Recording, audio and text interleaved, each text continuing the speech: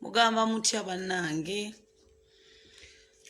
tuwuliddeko nti president awambiddwa oba tali fine lwa nsonga abantu munaye babeera bweru nga bakuumye bukuumye era toyinza kubeera fine. Mwebale nnyo baganda baffe abali mu struggle abaginywereddemu abagamba nti mwe temutunda myoyo gyammwe lwa mbeera eriwo Mukama abaddizeewo omwoyo gwo togutunda lwa kaseera kano akatono kano akaseera ke mulimu mwabaagala okwewaayo ogambe nti nze kanve mu struggle olwokuba bakuwadde miliyoni 15 miliyoni 15 ezo zigenda kuyamba paka myaka 5 Museveni gyagenda kubeerako. In fact sente ezo bagenda kuddamu bazikunoneko newe zinaba miliyoni 10 bw'amala okudda ku ntebe era bagenda kuddamu bazikunoneko. Mugamba mutya aba guys muli bulungi nze siri bulungi just because my president is not fine. How could I be fine? How could I be happy? Obokitegeera embeera gye tulimu ya bunkenke embeera gye tulimu tesanyusa lwa nsonga omukulembeze gwe tumanyi ffe nga abaana ba NUP tali bulungi n'abawambi bagenda mu maaso n'omulimu gwabwe. Nyina enyiike ku mutima n'ebigenda mu maaso newankubadde tetulina kyakukola ffe nga ba antikaduuka naye tulina freedom of speech tukyasobola okwogera ne twogera n'omukulembeze Museveni va mu bulamu bwaffe naawe otufuukidde ekizibu ne banno mutufuukidde ekizibu mutuma abantu ne bawamba basajja mivule nkulabye weekaabye olinga amatako ku manyoko basajja mivule saagala ate gwe tolina nakyogamba naggwanga kisiraani kati gwe basajja mivule omanyi bw'ofaanana olinga ennyuma y'ente nze nkubuulira amazima gwe basajja mivule bw'oba tovudde ku Bobi Wine n'otuuza akatofaali wansi Bobi Wine talina muntu gwayinza kusindika kukwata because toyina makulu toyina kyoyogera kati gwe bakukwatire ki ekisooka okaddiye ekyokubiri oli mulwadde kati gwe bayinza okuwamba alavis totambula nazo bakuwambe bakwagaza eki mutandika ate mulekerawo namwe mutuwaleemu amagezi nti oliko ekisikiriza nti bagenda kukwata kale kubaako kye bakuko tolina kyogamba abantu lekerawo okwogera ku Bobi Wine kisiraani gwe oli kisiraani omusajja bwe bw'olabanga ebbanga lye wabeerawo emabegeyo wali omanya amazima bwe bakwambaza ekkooti za muhoozi yenna n'okyuka n'ofuuka ekizibu mukwano ekintu ky'okwogera ku Bobi Wine n'ebigambo by'okozesa gwe ani akuwamba atudde mu ntebe yenna azimbye oba okitegeera oli mu ntebe bibannage ntambula n'emmundu otambule n'emmundu gw'ogenda kubaani nga nange antikaduuka gwe ne bwe nkutuukako babukubi mpika kasiraani gwe n'ofu. That's more respect we are giving people like you. Gwoli kumpi kufa gwe naawe ng'era baddawo bakuwamba tolina future tolina kye wali oyambye eggwanga okujjako okutula obutuuzi n'oyogera at least nze antikaduuka nti nyina bennyambye naye nkolera businesses kisiraani gwe we are here suffering because of bantu nga mmwe bayisima akina bebekulu akinaani bebekulu bakuwa setefo ky'okuyamba nnyo kabeeko waatuula wuyo omukazi wattu bamukomyawo kyova olabanga ffe olumu tubasonyiwa ne tugamba bannange oyo gundi mumusonyiwe ono gundi mumuleke abeere bw'ati. We are suffering because of you people. Okugenda gyagenda okusula Bobi Wine gyagenza okusula ddala Museveni. If you're not among those people nga ddala okakasa nti otwagala oyagala ensi yo ebintu bye bakola bannayuganda tonnavaayo wadde owulira tonnavaayo wadde okwogera ekigambo n'ekimu. Is this how you want us to be? Museveni oli eyo osirise ebintu ebikolebwa mu ggwanga then ng'ogamba tobiinaamu mukono njawulo ki obiinamu omukono naawe abaana babawamba batuwamba nakubuuziza wano ekibuuzo Museveni nga njagala ove gwe wennyini gwe abannyonnyola eggwanga. These border guys who have empiso bana batambula n'empiso ezikuba abantu eddagala kabina n'eddagala lyennyini za mugaso ki naye gwe tolabanga twakukooye tolabanga ng'otumazeeko emirembe. Bobi Wine okugenda mu hoteli gy'asula mulyoke mumuteekeko amagye agamujjudde agamwetoolodde yeekoze musango okwebaka nakwo gufuuse musango okwebaka gufuuse musango mutufuukidde ekizibu ng'obuyinja bw'omuttako lwaki mutumazeeko emirembe? Why don't you leave us in peace? You have made very many Ugandans rest bali mu bantu bafudde lwakubanga gwe muzeeyi. You don't even want to know. Tosobola kuvayo n'oyogera just because mu obulamu bubaweddeko mukaddiye buli muntu yenna gw'olaba avaayo akaddiye bukaddiye buli muntu yenna avaayo nayagala okulya ku sente z'omuwi w'omusolo tunulya fulu figa afaanana ng'ekisiraani alinga bino ebipale bya taajiri bino ebya bulaaka bye bakola mu masiki z'NRM fulu figa yenna awedde ogoloza osobola okulya sente z'abantu abatalina musango n'owooza nti osigala nti ofaanana ng'omuntu bwe bafuna embuto baggwawo bugwi bwe tolaba ofaanana naawe olinga ekisiraani oli kikolimo kaabulengane kiki kye mutalaba Museveni kiki kyotalaba tosobola kuvaayo n'oyogera n'ogamba nedda gwaba kuvuganya tujja kukwatira ku ballot tujja kufuna Museveni tujja kubaaka oba munaakabba oba munaatuwamba naye ate n'abo abawambi b'abantu bagambe nze sijja kusirika balinga amazzi sijja kusirika basajja mweze ekimanyi munda bakumanyoko ezo warning ze mugenda mu warning abantu mutu free Bobi Wine mumuveeko bannange kiki ddala muzeeyo omwana omuto gwe toyagala akuvuganya gwe gwani toyagala akuvuganya muzeeyi naawe omukka olinangwa gwaffe otuuka n'osumagira ne weebaka omukka guva eri Katonda gwe tusasigwa agugaba just remember that always put it in your head muzeeyi bano abasajja bo boosindika ne batta abaana b'abantu ebyo tovaayo kwogera then what kind of a president are you people are killing each other and you're the president. You don't even come out and say a word that they should stop. You just kwigamba nze saga na kunjogeza luzungu nabagamba sirwagala. Muzeeyi Bobi Wine akoze eki? Kiki kyakoze? Kiki kyakoze okubanga mumutadde ku kajoji w'okumunyenya. Gamba obusajja bwo mulaba bwonna bwetegefu okututuusaako ogw'obuliisa maanyi obusirikale bwawano nze mbulaba butunulira ddala buwambi. Tebujja kukoma kukuwamba bwagala kutandika kutukwata busanyufu nnyo bwagala bukuliyetingewo entalo budde ku baana b'abandi bwegadange buludde okwegadanga bonna butunulanga toyireti z'omu barracks kiki temutuvaako busajja mmwe buli awo bwonna bubuliddwa emmere bwonna buli awo butunulanga binyampo era nabwo bwesibye ku bannayuganda ye lwaki temufa ne muvaawo nammwe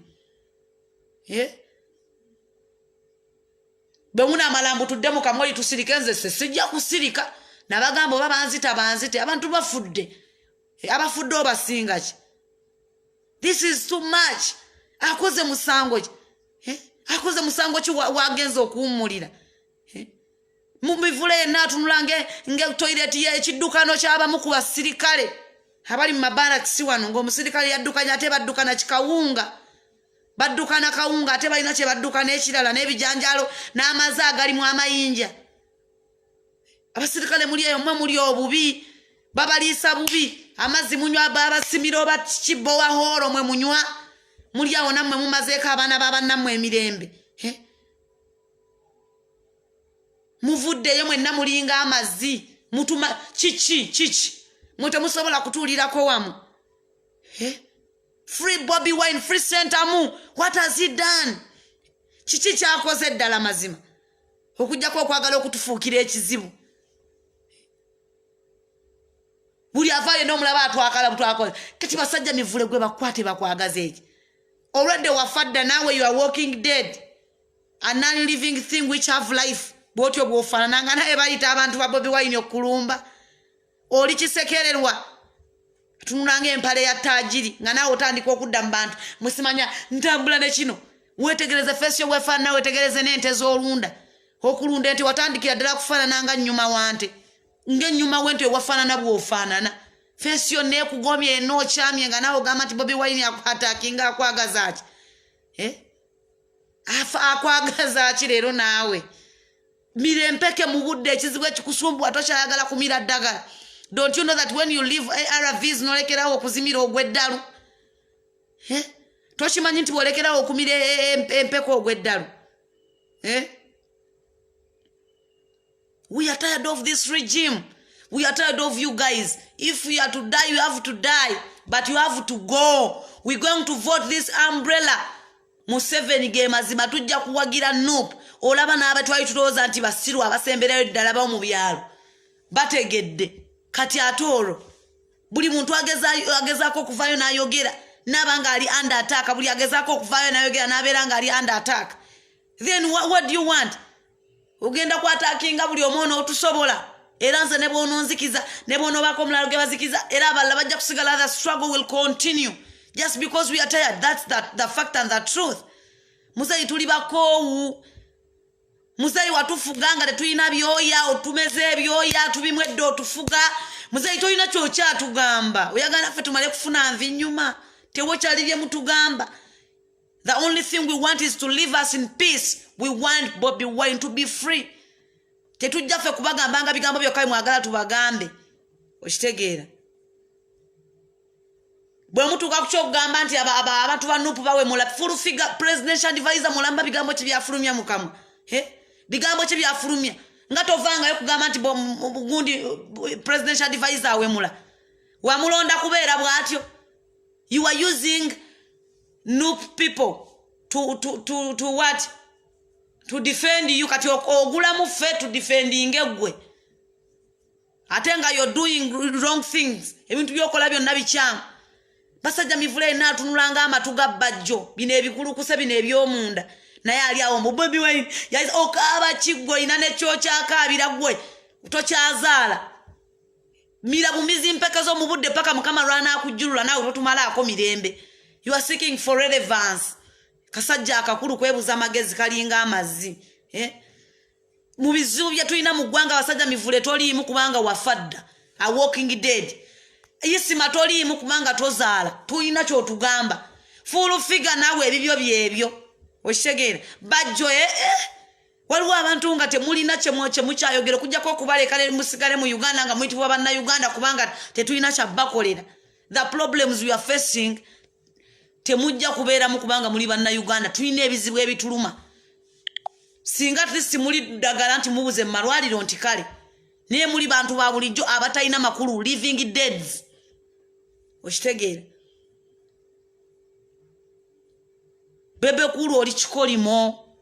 Ne banna abaliraanye omwenna muli bikolimo. Musupportinga musajja lwa busente obutone baba kati nyoko naye kaakomewo.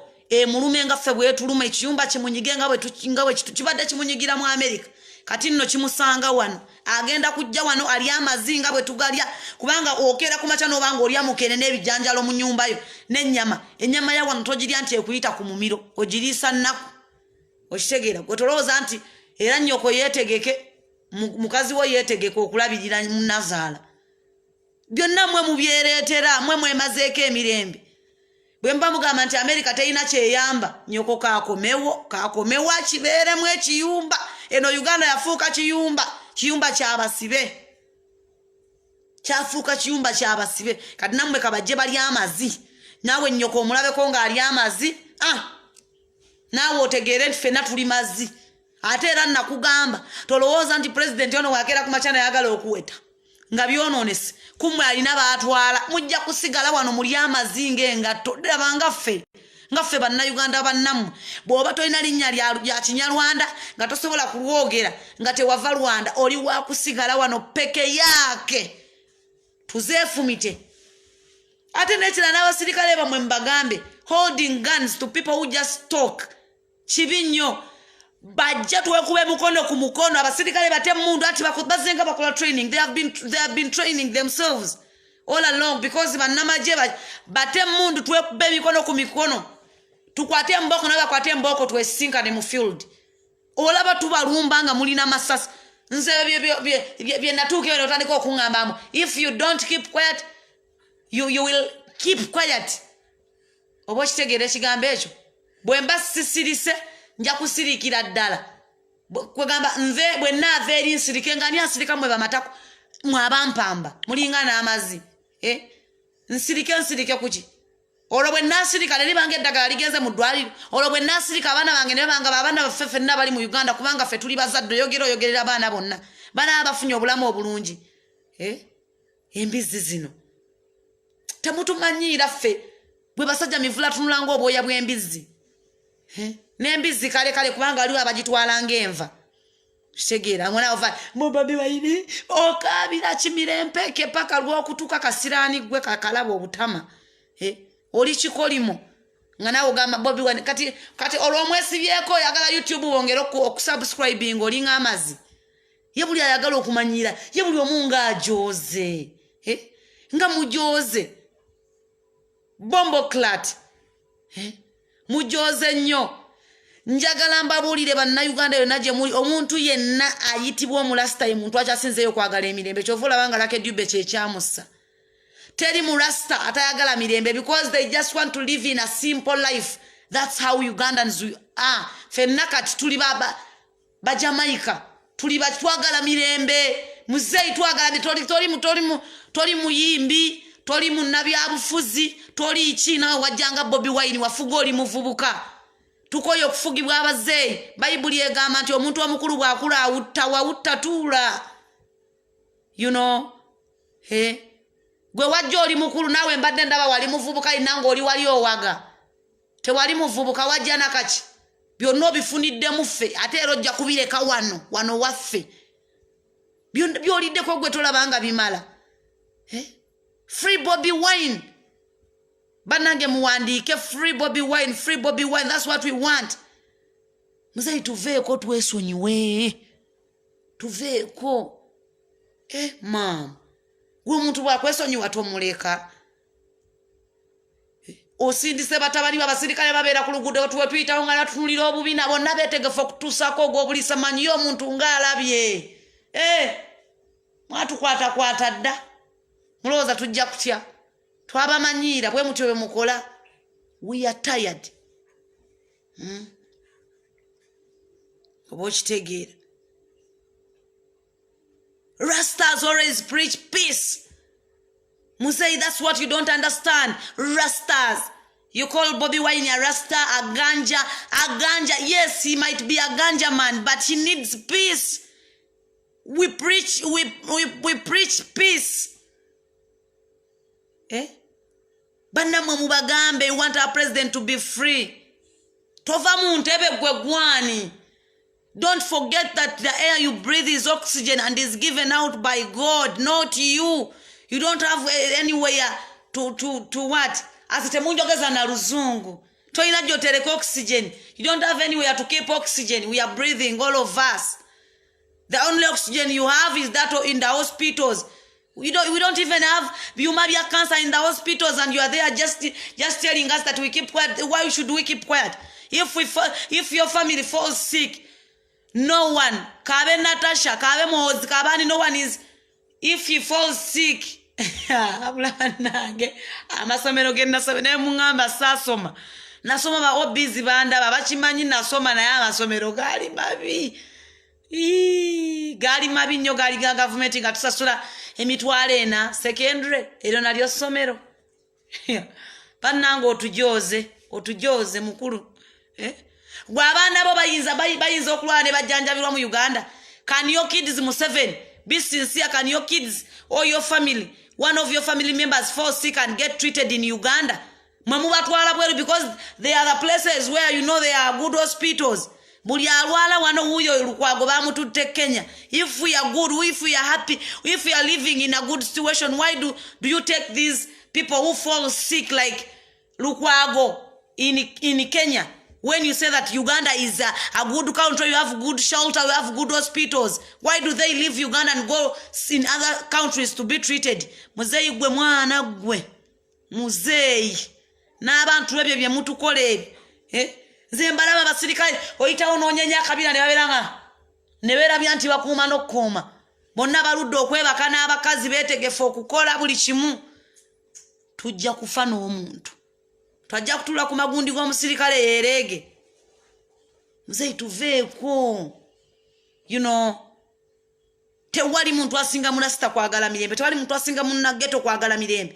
But you rich people, you want to be rich. You want the poor to remain poor. You want those who are in the middle to remain like that. Mwe mubeere wali nga mutunyigiriza mwe mulya sente zaffe. Obwo busente bwe mukuŋŋaanya ssebo muzeeyi. Busente bwaffe twabuwadde basirikale nabo bali awo balaajana balinga ffe. Kati ekibasaba nammwe mwe basirikale mmwe nga nammwe mulaajana ffe kyekya. Mwayinza n'okuba n'abatutta si bannayuganda abakongo n'abanyarwanda. Bombo clat abatutta si bawano. We need a new Uganda, muzeyi, when you are not the leader. That's what we are demanding. We need a new Uganda when you're seated in Rwanda. We need a new Uganda where people will enjoy everything. We need a new Uganda where the opposition will campaign freely.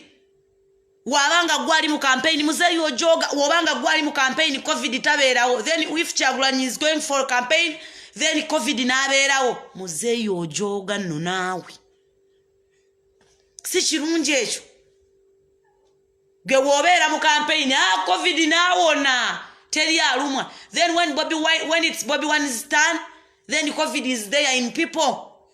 Kati awambiddwa lwaki lwakubanga agenze kwebaka gwe tewebase wali olowozeza wali omaze kaddakiika 10 nga tossa n'omanya bwe kiruma muzeyi tan bino byodda wansi n'otandika okuba pressure up sibireke miro omuko okumala eddakiika 10 amanyi bwe kifaananika kubanga zo pressure up tozisobola miro omuko okumala eddakiika 10 muzeyi twawona ovaayo ng'oli mulamu. That's how you are treating Bobi Wine. You don't let him breathe. You don't let him live in peace. You don't let him campaign in peace. Mwamukiriza ne mumu nominating. And then why are you Ruzungu? Huh? I don't like Ruzungu, though you are demanding me to speak Ruzungu. Zama somero gena somera mtu ayogeranga runyankole kuva kumacha paka kaunge. Nga namagumba ge batusibanga mu bulago. Gabanga gakwogera Ruzungu oyogera Ruzungu. Nga gwe kusomero bakugobye twaberanga ba Luganda ba Lunyankole paka boyogera Luzungu gekyo kikugobya kati ate mwe mundi mandinga Luzungu omusajja yatuwonona ate bwatuuka mu bifo eby'omu kyalo yatumala dola abana babaka batwalira abaana babannaabwe empale ez'omunda bbiri mbu babalonde mutumanyidde mutujoza okutuuka ku kisemberayo ddala. Stop, we are tired of this. Kati mwa abasirikale batunulira balinga Amini betegese okwebaka n'abakazi 3 mulundi gumu taafulu temutumanyira batunula bati teri kuzikiza teri kudda mabega foro twasimbula emyoyo twagiwaayo dda bonna babeera mu kwetegereza ndoza kawana kirijja ngenda kumulya nakamya ngenda kumulya ne anti Kadu nze nja kukuba omusirikale addamu okuntunuulira ku luguudo nga nyeenya neetaaga mirembe tetunyeenya nti tuyina essanyu ne babeera bona ne baswama kale mujje mukono ku mukono kweye ntunula gye mutunulamu nabo batetuubawe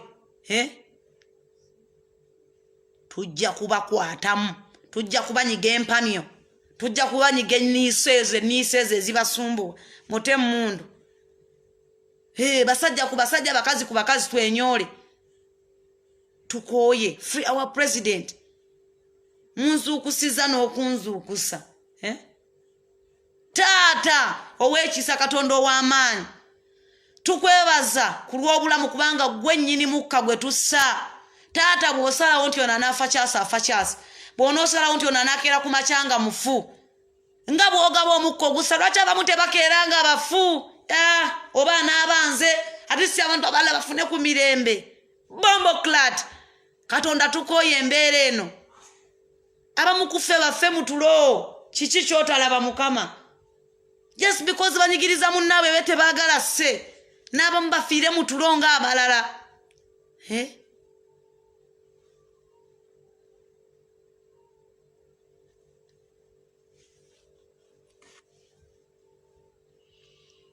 kale n'owulira ono nkugambye saagala Luzungu ambuuza mbu you can first mind your English gwe lukuyambye eki gwa demanding Oluzungu nga n'ataasomako wadde atudde mu kiyumba naawe mwoza bintu mukolera miliyoni y'emu gwe wasoma kati weegendereze oba oyagala okwagala okumumanyira ng'oli wano ate ng'owagira Bobi yogera ebintu nja kubulookinga ne lumbu ye tajja kuddamu kulaba tojja kuddamu mulaba ojja mulindireyo mu bigurupu gye bashayalinga ze temummanyiira oba okitegeera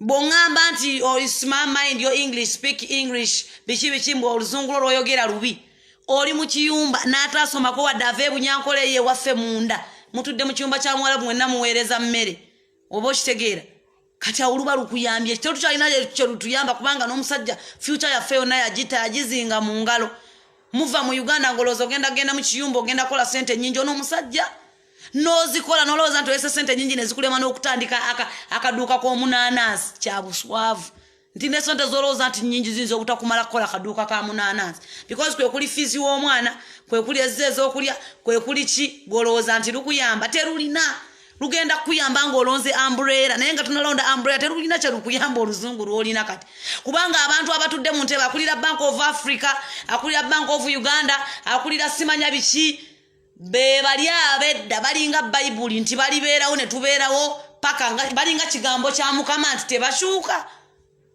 so gwe obolooza nti bw'otegedde oluzungu oba bw'olumanyi lulina kye lukuyamba wafadda okujjako ng'olonze umbrella awo osobola okungamba nti lugenda kuyamba naye people are busy speaking English wayiru basomba kasasiro people who kutambuza binyeebwa wano obunyeebwa these ginats around town they know English more than you do nkubuulira amazima they have degrees but they don't have jobs alifo ebandituddemu byatulibwamu abasajja abalinga abaafa mu Bayibuli nti bo bakubeerawo bbanga lyonna ne bw'osoma n'omala lawyer yaliwo nakati yaliwo era alibeera that's how we are treated abaaliwo kuva dda be baliwo muzeeyi tukooye mukwano tukooye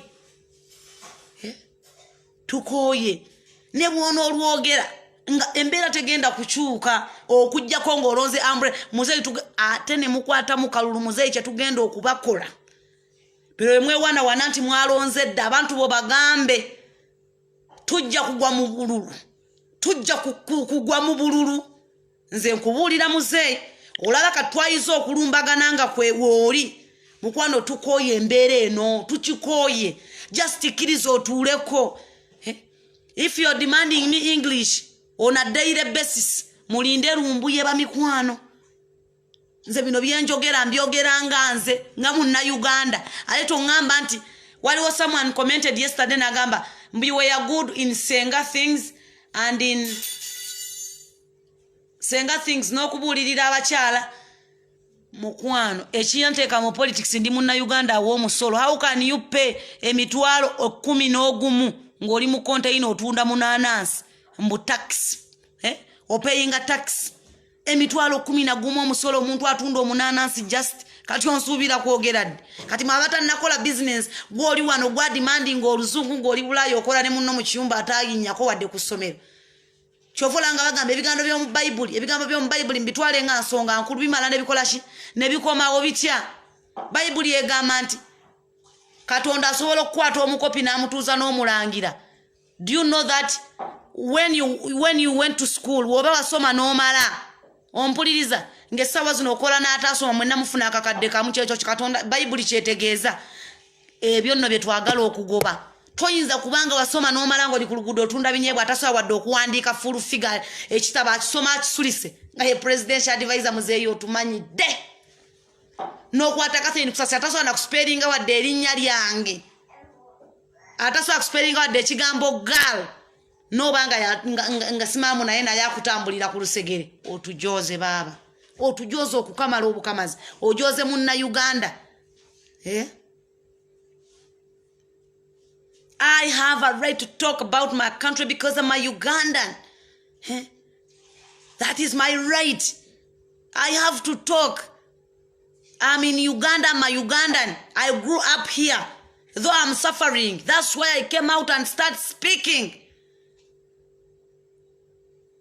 I feel like demanding somewhere to stay. Because this country, wow, this country is going. We are living in hell. We don't breathe. We can't breathe because of this regime of Museveni. Bumbleclad. Museveni. Everyone knows that long ago. Everyone knows that long ago, Museveni, you used to kill people. Even right now, you have proven people that you killed the people there in Bichi. Baitayowa. Yeah, Luwero. Katocha ina kyotugamba. Tocha ina kyotugamba muzeeyi. Weche twagala kiri kimu va mu ntebe. Nawe obeku otula weewummuzeeko abantu bawummula. Abantu bawummula muzeeyi.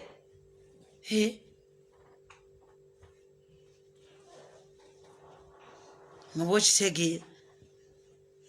Abamu kummwe muli kuno o commenting oyagala njogere kulinyaze sijja kuboogera manya kubanga sina kyembagaza. The only problem you're facing, the only problem you'll always keep facing is that I don't read the comments. So comment rubbish at your own risk. Banange. Ola bwentandise n'okwogera oluzungu otegereke. Comment rubbish at your own risk. Eh? Yes.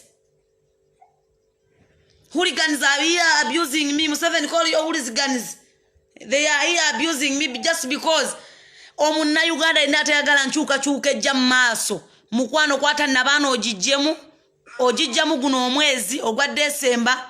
Omunna Uganda atayagala nkyuka nyoko mutto omujjemu kwegamba osigalemu oberenga isimanga weriko bwomu. Naye woba owulira ddala ng'okyetaaga obulamu, okyetaaga okussa, okyetaaga okubeera obulungi, mukwano ke kaseera weerowoozeeko. Bw'oba omanyi nti wakeera ku makya n'ozaala, toyagala kwerowoozaako wekka, olowooza ku lwa maama, ku lwa taata, ku lw'abaana bo, ku lw'Abannayuganda abafiira obwereere omuli nnyoko. Abamu ku mmwe njagala mbabuulire, booda ziri mu kubuzaawo bantu, tolowooza nti bagenda kubuzaawo anti kaduuka yekka. Nnyoko yandibanga ali omu ku abagenda okubuzibwawo, omwana we yandibanga ali omu ku abagenda okubuzibwawo.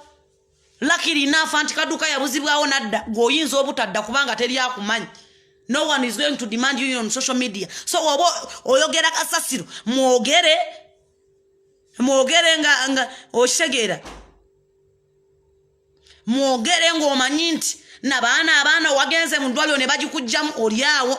Naye nga if you are to produce, if you are to live in Uganda, if your parents are living in Uganda, then you have to demand peace. You have to demand change. Bw'oba omanyi nti wano weewamu ddala nga toli exported, bano Abanyarwanda abeetuuma amannya g'Abanyankole, mukwano, it's high time you demand change because you're going to cry these 5 years. Gino emyaka 5 egyeyongerayo ogenda kaaba. Mutandike n'okwekula obwoya bw'ennyuma bwe mubulya. Ekyo kyo nkibabuulira. Wallahi billahi tallahi. This man olaba mu campaign zino tatweguya atushutinga. Simanyi bw'anaddamu okufuga oba agenda kutubeererawo. Gwoba omanyi nti tolinaawo babo, awo ne bw'omulonda kiryoke. Naye bw'oba omanyi nti olinawo abantu n'abafudde obalabye, ayinza okuba afudde si mugandawo, ayinza okuba afudde si mwannyoko, naye nga ne mwannyoko olujja. Luno terulese mukulu, terulese muto. So weebereremu. Yagaliza Uganda. Kitegeera. Bw'oli wano weekamula olinga munanasi, weekamula olinga ntula, mukwano ffenna tuli baakugenda eno luutu. Muzeeyi tasosodde nti oba oli mwana wani oli buli muntu. If he comes, shoot. If he is there in his building, shoot. That's how the policemen are doing. They shoot everything. Kasachirabanga, he or she is a human being. A shooting, so go bonoloza nti bali ku antikaduka, sema bali ku Bobi yekka. Mukwano. Luno terwalese mutona mukulu muzeeyi bamanyi be baana be ne family ye n'abazzukulu of which bayinza okubanga kati ne mu Uganda tebaliimu. Naye gwe mwolimu okomentingira tafulu babula Bannayuganda ate muli basiru muli boozeemu muli photocopy. Simanyi lwaki Abannayuganda mwalekerawo okulya greens amagezi gabaweddemu. Muddemu mulya greens muddemu amagezi.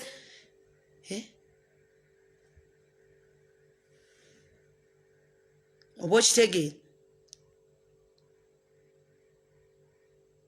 We are demanding peace at all yasama. We are demanding at all yasama. And I'm happy that those commenting rubbish newe nkubadde sibisoma. Nze mbagamba mazima kusinzira buli omu ku bwali. Abo abayogera ebitaliimu magezi abasinga. Beni mbabala mu fake page. Tafulu muli amazzi. Nja kubulokinga. Lumbuyo jja kusigala ng'omulabirako. Eri gye bamushayalingira nga wano tokyamufuna ate nga mumwagala nnyo live mumusiriwale babaguze naye simanyi lwaki bakugula batya n'okyuka. Ezo sente tezirina kye zigenda kukolera. Next year mujja kusasulira omusolo. Era nsabira buli Munnayuganda ali ebweru ng'okyagamba nti oyagala Museveni atule ku ntebe, Mukama akuyambe ofune business wano mu Uganda bajooche, then yojja kuddamu amagezi. If you are abroad suffering and you still support this man, Mukama akuwe ekibonerezo ekisinga byonna kubanga oli musiro oli kinyampo bw'oba oli abroad ng'osupportinga omusajja ono.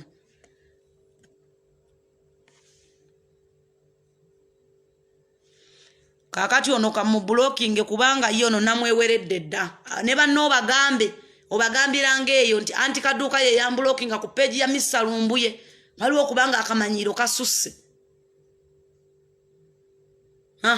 gwegenda abala bali kusanga tuliddamu tusinka ne mbulamu obuddako kubanga Lumbuye talina budde buba unblocking atabulina era normally wajana blocking nange ne blocking gwomanya bumanya toliddamu kutulaba paka mbulamu obuddako gamba obanga aziikiddwa paka ng'otusanzeyo mu group nga batusharinze kasasiro wamma musule bulungi naye we demand freedom, we demand change. That's what we need, Muzei. We will not fight you, but we will fight you using our mouth. We'll fight you on the ballot with our hands. People power, our power. Free our president. We demand peace. We demand our president. Tukoyo kufugibwa. Kukanayo chani Muzei. Tukoye. Enonsi yafe, we are Ugandans, we love our country, we love our fellow Ugandans, but you want us to fight each other. For God and my country. That motto, you changed it earlier, Muzei. Wajichu sada. Teturi one for God and my country. For God and blood. Actually, it's for blood and death. That's the motto we are living with. Muzei tukoye.